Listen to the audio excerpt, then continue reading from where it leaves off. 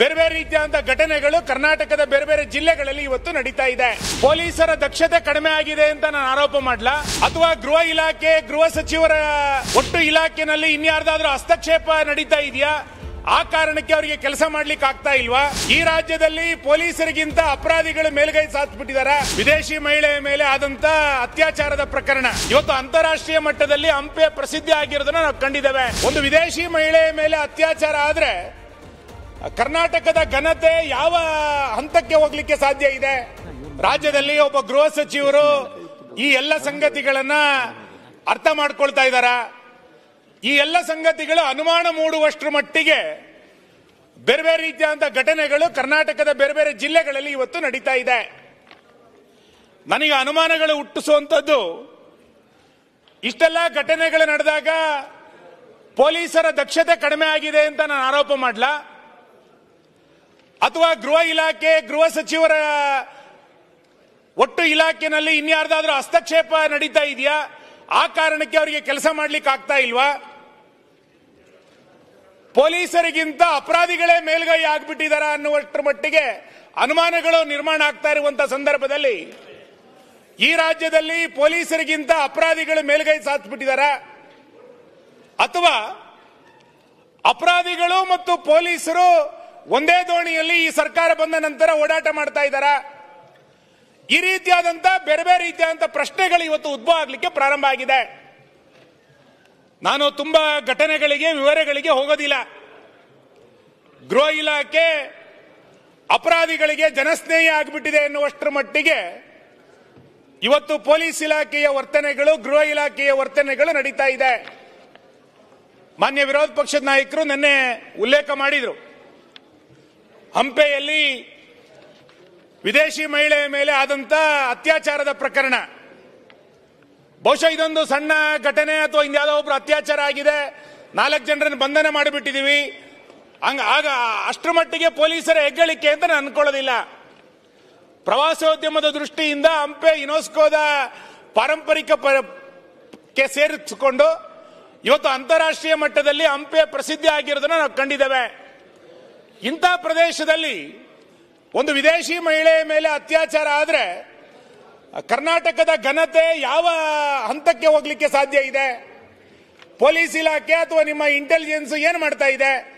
ಯಾಕೆ ಇದನ್ನ ಗೃಹ ಇಲಾಖೆ ಸಮರ್ಥವಾಗಿ ನಿಭಾಯಿಸೋದ್ರಲ್ಲಿ ವಿಫಲ ಆಗಿದೆ ಅನ್ನುವಂಥದ್ದು ಇವತ್ತು ಅನುಮಾನಗಳನ್ನು ಮೂಡಿಸ್ತಾ ಇದೆ. ಮಾನ್ಯ ಅಧ್ಯಕ್ಷರೇ, ನನಗೆ ಆಶ್ಚರ್ಯ ಆಗೋದು ಗೃಹ ಇಲಾಖೆಯ ಯೋಚನಾ ಲಹರಿಯ ಬಗ್ಗೆ. ಕಳೆದ 2 ತಿಂಗಳ ಕೆಳಗಡೆ ಬಹುಶಃ ಬೆಂಗಳೂರಿನಲ್ಲಿ ಒಂದು ಗೋವಿನ ಕೆಚ್ಚಲನ್ನ ಕೊಯ್ದರು. ಇಡೀ ರಾಜ್ಯದಲ್ಲಿ ಒಂದು ದಿನ ಬಹಳ ದೊಡ್ಡ ಪ್ರಮಾಣದಲ್ಲಿ ಸುದ್ದಿ ಆಯಿತು. ಗೋವಿನ ಕೆಚ್ಚಲನ್ನ ಅಮಾನುಷವಾಗಿ ಗೋವನ್ನ ಕಡಿತಾರೆ, ಗೋವನ್ನ ಅಕ್ರಮವಾಗಿ ಸಾಗಾಣಿಕೆ ಮಾಡ್ತಾ ಇದ್ದಾರೆ, ಇದ್ರ ಬಗ್ಗೆ ಹೋರಾಟಗಳು ಇವೆಲ್ಲವೂ ನಡೀತಾ ಇದೆ. ಆದ್ರೆ ಕರ್ನಾಟಕದಲ್ಲಿ ಮೊದಲನೇ ಬಾರಿಗೆ ಗೋವಿನ ಕೆಚ್ಚಲನ್ನ ಕೊಯ್ದಾಗ ಈ ಸರ್ಕಾರ ಇದನ್ನ ಬಹಳ ಗಂಭೀರವಾಗಿ ತೆಗೆದುಕೊಳ್ಳುತ್ತೆ.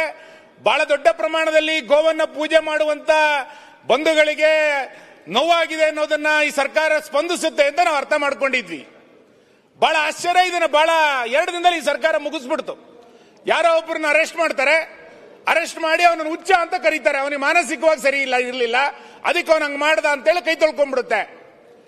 ಅಂದ್ರೆ ಯಾವ ಹಿಂದೂಗಳ ಭಾವನೆಗಳಿಗೆ ಧಕ್ಕೆ ಆಯ್ತು ಆಗ ಅಪರಾಧಿಯನ್ನ ಮಾನಸಿಕ ಹುಚ್ಚ ಅಂತೇಳಿ ಸರ್ಕಾರ ಪರಿಗಣನೆ ಮಾಡೋದ್ರ ಮುಖಾಂತರ ಈ ಪ್ರಕರಣವನ್ನ ಬಹಳ ಲಘುವಾಗಿ ತೆಗೆದುಕೊಳ್ಳುವಂತ ಪ್ರಯತ್ನವನ್ನ ಸರ್ಕಾರ ಇವತ್ತು ಮಾಡ್ತಾ ಇರುವಂತದ್ದು ಸರಿಯಲ್ಲ ಅಂತ ನಾನು ಅನ್ಕೊಳ್ತೇನೆ. ಮಾನ್ಯ ಅಧ್ಯಕ್ಷರೇ, ಆನ್ಲೈನ್ ದಂಧೆಯ ಕುರಿತಂತೆ ನಿನ್ನೆ ವಿಧಾನ ಪರಿಷತ್ನಲ್ಲೂ ಕೂಡ ಬಹಳ ದೊಡ್ಡ ಪ್ರಮಾಣದಲ್ಲಿ ಚರ್ಚೆಗಳಾಗಿದೆ. ಉದಯವಾಣಿ ಬಹಳ ದೊಡ್ಡ ಪ್ರಮಾಣದಲ್ಲಿ ಅದರ ಗ್ರೌಂಡ್ ರಿಪೋರ್ಟ್ ಅನ್ನು ಮಾಡಿತ್ತು. ಇವತ್ತು ಎಷ್ಟು ದೊಡ್ಡ ಪ್ರಮಾಣದಲ್ಲಿ ಆನ್ಲೈನ್ ದಂಧೆಗಳು ಗ್ರಾಮಗಳಲ್ಲಿ, ಯಾವುದೋ ಬೆಂಗಳೂರು ಸಿಟಿನಲ್ಲ, ಗ್ರಾಮಗಳಲ್ಲಿ ಆನ್ಲೈನಿನ ದಂಧೆಗಳು ನಡೀತಾ ಇದೆ ಅಂತ ಕೇಳಿದ್ರೆ ಇದರಿಂದ ಯಾರು ಹೊರತಾಗಿದ್ದಾರೆ ಅಂತ ಹೇಳುವಷ್ಟರ ಮಟ್ಟಿಗೆ, ಅನುಮಾನ ಪಡುವಷ್ಟರ ಮಟ್ಟಿಗೆ ಆನ್ಲೈನ್ ದಂಧೆಗಳು ನಡೀತಾ ಇದೆ. ಇದು ಯಾರು ನಿಯಂತ್ರಣ ಮಾಡಬೇಕು, ಎಲ್ಲಿ ನಿಯಂತ್ರಣ ಮಾಡಬೇಕು, ಇದರ ಹಿಂದೆ ಇರುವಂತಹ ಜಾಲ ಯಾವುದು, ಇದನ್ನು ಪತ್ತೆ ಹಚ್ಚೋದ್ರಲ್ಲಿ ಪೊಲೀಸ್ ಇಲಾಖೆ ಸಂಪೂರ್ಣವಾಗಿ ವಿಫಲ ಆಗಿರುವಂತದ್ದು. ಒಂದು ಅಂದಾಜಿನ ಪ್ರಕಾರ, ಒಂದು ಸರ್ವೆಯ ಪ್ರಕಾರ ಸಾವಿರಾರು ಕೋಟಿ ರೂಪಾಯಿಯ ಆನ್ಲೈನ್ ಗೇಮಿಂಗ್ ಇವತ್ತು ವ್ಯವಹಾರಗಳು ನಡೀತಾ ಇದೆ ಎನ್ನುವಂಥದ್ದು ಒಂದು ಸರ್ವೆನಲ್ಲಿ ಇವತ್ತು ಹೇಳ್ತಾ ಇದ್ದಾರೆ. ಬಹಳ ಆಶ್ಚರ್ಯ ಮಾನ್ಯ ಅಧ್ಯಕ್ಷರೇ, ದುಃಖ ಆಗುವಂಥದ್ದು, ಎಕ್ಸಾಮಿಗೆ ಫೀಸ್ಗೆ ತೆಗೆದಿಟ್ಟಂತ ಹಣವನ್ನ ಈ ಆನ್ಲೈನ್ಗೆ ಬಳಕೆ ಮಾಡಿ ಆ ವಿದ್ಯಾರ್ಥಿನಿ ಆತ್ಮಹತ್ಯೆ ಮಾಡಿಕೊಂಡಂತ ಘಟನೆ, ನೌಕರಿಗೆ ಅಂತ ತೆಗೆದಿಟ್ಟಂತ ಹಣವನ್ನ ಆನ್ಲೈನ್ ನಲ್ಲಿ ಬಳಸಿಕೊಂಡು ನಂತರ ಆತ ಸುಸೈಡ್ ಮಾಡಿಕೊಂಡಂತ ಪ್ರಕರಣ, ಈ ರೀತಿ ನೂರಾರು ಪ್ರಕರಣಗಳನ್ನು ಉದಯವಾಣಿ ಬಹಳ ಸುಂದರವಾಗಿ ಆನ್ಲೈನ್ ಗ್ರೌಂಡ್ ರಿಪೋರ್ಟಿನ ಮುಖಾಂತರ ಪ್ರಕಟ ಮಾಡಿತ್ತು. ನಾನು ಅನ್ಕೊಳ್ತೇನೆ, ಇಷ್ಟು ದೊಡ್ಡ ಪ್ರಮಾಣದಲ್ಲಿ ಒಂದು ವರದಿ ಬಂದಾಗ ಪೊಲೀಸ್ ಇಲಾಖೆ ಎಚ್ಚೆತ್ತುಕೊಳ್ಳುತ್ತೆ, ಇದ್ರ ಬಗ್ಗೆ ಒಂದು ಕಾರ್ಯೋನ್ಮುಖ ಆಗುತ್ತೆ, ಸೈಬರ್ ಕ್ರೈಮು ಇತ್ಯಾದಿಗಳ ಬಗ್ಗೆ ಎಚ್ಚರಿಕೆಯನ್ನು ತೆಗೆದುಕೊಳ್ಳುತ್ತೆ ಅಂತ ನಾವು ಅನ್ಕೊಂಡಿದ್ವಿ. ಇವತ್ತಿನ ತನಕ ಇದ್ರ ಕುರಿತಂತೆ ಸರ್ಕಾರದ ನಿಲುವು ಗೊತ್ತಾಗ್ಲಿಲ್ಲ, ಸ್ಪಷ್ಟತೆಯೂ ಗೊತ್ತಾಗ್ಲಿಲ್ಲ. ಬಿಜೆಪಿ ಸರ್ಕಾರದ ಕಾಲದಲ್ಲಿ ಇದನ್ನು ನಿಯಂತ್ರಣ ಮಾಡಲಿಕ್ಕೆ ಒಂದು ಕಾನೂನು ತೆಗೆದುಕೊಂಡು ಬಂದಿದ್ವಿ, ಅದು ಹೈಕೋರ್ಟ್ ನಲ್ಲಿ ಇವತ್ತು ನ್ಯಾಯಾಲಯದಲ್ಲಿ ಅದಕ್ಕೆ ಸ್ಟೇ ಸಿಕ್ಕಿದೆ, ಅದು ಬೇರೆ ಭಾಗ. ಆದ್ರೆ ಇಷ್ಟು ದೊಡ್ಡ ಪ್ರಮಾಣದಲ್ಲಿ ದಂಧೆ ಆಗಿ ಎಲ್ಲ ಮನೆ ಮಠಗಳು ಹಾಳಾಗ್ತಾ ಇರುವಂತಹ ಸಂದರ್ಭದಲ್ಲಿ, ವಿಶೇಷವಾಗಿ ಯುವ ಜನತೆ, ಮಹಿಳೆಯರು, ಕೂಲಿ ಮಾಡೋನು ಕೂಡ ಆನ್ಲೈನ್ ದಂಧೆನಲ್ಲಿ ಭಾಗವಹಿಸ್ತಾ ಇರೋದನ್ನ ಇವತ್ತು ನಾವು ಗಮನಿಸ್ತಾ ಇದ್ದೇವೆ. ಇಂಥ ಸಂದರ್ಭದಲ್ಲಿ ಸರ್ಕಾರ ಇದನ್ನ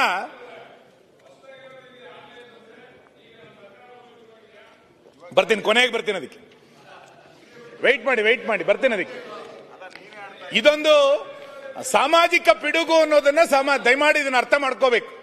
ಈ ಆನ್ಲೈನ್ ದಂಧೆಯ ಕುರಿತಂತೆ ಇವತ್ತು ಸರ್ಕಾರ ಇವತ್ತು ಇದನ್ನ ಸಾಮಾಜಿಕ ಪಿಡುಗು ಅಂತ ಮಾಡ್ಕೊಂಡು ಇದಕ್ಕೊಂದು ದೊಡ್ಡ ಪ್ರಮಾಣದಲ್ಲಿ ಕಾರ್ಯಾಚರಣೆಯನ್ನ ಸರ್ಕಾರ ಮಾಡಬೇಕು ಅಂತೇಳಿ ನನಗೆ ಸರ್ಕಾರವನ್ನ ಆಗ್ರಹಿಸ್ತೇನೆ. ಮಾನ್ಯ ಅಧ್ಯಕ್ಷರೇ, ಉದಯಗಿರಿಯಲ್ಲಿ ಆದಂತ ಘಟನೆ, ಯಾವುದೋ ಒಂದು ಫೇಸ್ಬುಕ್ ನಲ್ಲಿ ಯಾರೋ ಒಬ್ಬ ಪೋಸ್ಟ್ ಹಾಕ್ದ, ಅವನನ್ನ ಅರೆಸ್ಟ್ ಮಾಡೋದ್ರಲ್ಲಿ ಪೊಲೀಸರು ಸ್ವಲ್ಪ ವಿಳಂಬ ತೋರಿದ್ರು ಅನ್ನುವ ಕಾರಣಕ್ಕೆ ಉದಯಗಿರಿಯಲ್ಲಿ ಎಷ್ಟು ದೊಡ್ಡ ಪ್ರಮಾಣದ ಗಲಾಟೆ ಆಯಿತು. ಪೊಲೀಸ್ ಜೀಪ್ಗಳ ಮೇಲೆ, ಪೊಲೀಸ್ ಠಾಣೆಗಳ ಮೇಲೆ ಕಲ್ಲು ತೂರಾಟ, ಬೆಂಕಿ ಹಾಕುವಷ್ಟರ ಮಟ್ಟಿಗೆ ಒಂದು ಗುಂಪು ಅತಿರೇಕದ ವರ್ತನೆಯನ್ನ ಮಾಡಿದಾಗ್ಲೂ ಕೂಡ ಈ ಪೊಲೀಸ್ ಇಲಾಖೆಗೆ ಏನು ಅನ್ಸೋದಿಲ್ಲ ಅಂದ್ರೆ ಏನರ್ಥ? ನೀವು ಇದೇ ರೀತಿಯಾದ ಘಟನೆ ಕೆಜಿಹಳ್ಳಿ, ಡಿಜಿಹಳ್ಳಿಯಲ್ಲಿ ನಡೆದಿತ್ತು, ಮಂಗಳೂರಿನಲ್ಲಿ ನಡೆದಿತ್ತು, ಉಡುಪಿಯಲ್ಲಿ ನಡೆದಿತ್ತು, ಈ ಹುಬ್ಳಿಯಲ್ಲಿ ನಡೆದಿತ್ತು. ಈ ಎಲ್ಲ ಘಟನೆಗಳು ನೋಡಿ ನೀವು, ಯಾವುದೋ ಧರ್ಮದ ಕುರಿತಂತೆ ಯಾರೋ ಒಬ್ಬ ಪೋಸ್ಟ್ ಹಾಕ್ತಾ, ಆ ಕಾರಣಕ್ಕೋಸ್ಕರ ಒಂದು ಗುಂಪು ಬಹಳ ದೊಡ್ಡ ಪ್ರಮಾಣದಲ್ಲಿ ಬಂತು, ಪೊಲೀಸ್ ಸ್ಟೇಷನ್ಗೆ ಮುತ್ತಿಗೆ ಹಾಕ್ತಾರೆ, ಗಲಾಟೆ ಮಾಡ್ತಾರೆ. ನಾನು ಅನ್ಕೋತೇನೆ, ಹಿಂದೂ ಸಮಾಜದ ಮೇಲೆ ಈ ರೀತಿ ಆಕ್ರೋಶಗಳೇನಾರು ಒಡೆದೋಡಿದ್ರೆ ಪ್ರತಿನಿತ್ಯ ಪೊಲೀಸ್ ಸ್ಟೇಷನ್ ಮುತ್ತಿಗೆ ಹಾಕಬೇಕಾಗತ್ತೆ. ಯಾಕೆಂದ್ರೆ ಅಷ್ಟು ದೊಡ್ಡ ಪ್ರಮಾಣದಲ್ಲಿ ಹಿಂದೂ ಸಮಾಜವನ್ನು ಅವಹೇಳನ ಮಾಡುವಂತ ನೂರಾರು ಪೋಸ್ಟ್ಗಳು ಬರ್ತಾ ಇದೆ.